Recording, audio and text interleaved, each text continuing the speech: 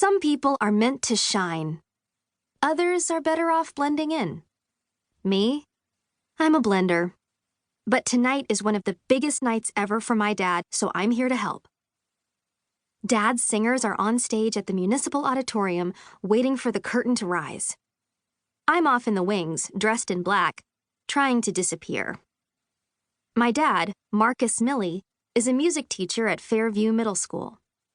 His a cappella group has finally, for the first time in recorded history, by some sort of miracle, made it all the way to the biggest show in town, the finals of the Winter Sing-Off. The place is packed. The local news crews are here too, taping reports for their 11 o'clock broadcasts. "The finals!" I hear the reporter from Channel 8 say into a camera. "You can't get much closer to the big finish than that." Dad's group sailed through the first 2 rounds with their mashup of Let It Snow and Winter Wonderland, which, by the way, sounded even better on a stage sparkling with glittery spray can snow. Now they just have to do one more song for the judges. And they'll do it without instruments or even a piano because that's what a cappella means. It's all vocals and shoop-shoops and mouth noises. I don't go to Fairview. I'm a 7th grader at West Side. That's a good thing. Music is Dad's life. And even though I'm related to the director, I don't sing well enough to make the Fairview choir. Or any choir. Because I can't carry a tune in a lunchbox. At home, I don't even sing in the shower. And we definitely don't do carpool karaoke.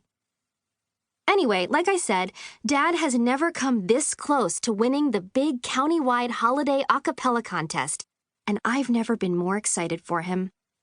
That's why I volunteered to be his assistant and help out backstage. Dad and his singers are the main attraction. I'm just a moon orbiting their planet. "This is it, Piper," says Dad, his eyes twinkling with excitement. "You've got this," I tell him. We fist bump on it.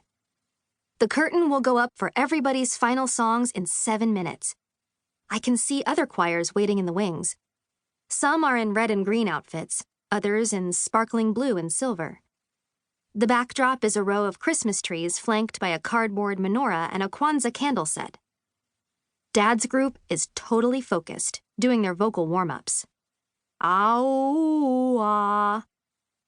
They limber up their lips with a tongue twister. Red leather, yellow leather, red leather, yellow leather. Suddenly, I hear a cough. Dad twirls around. Now there's panic in his eyes.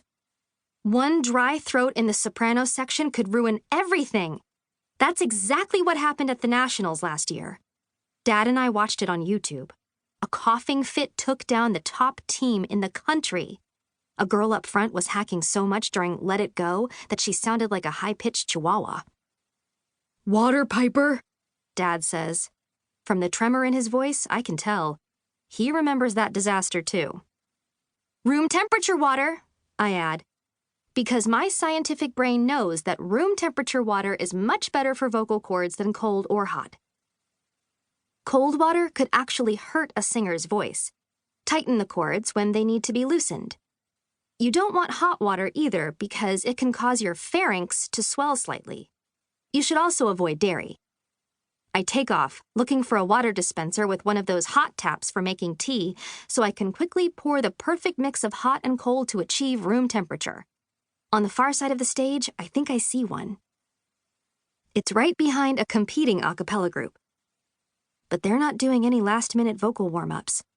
They're too busy pointing, laughing, and making fun of Dad and his singers.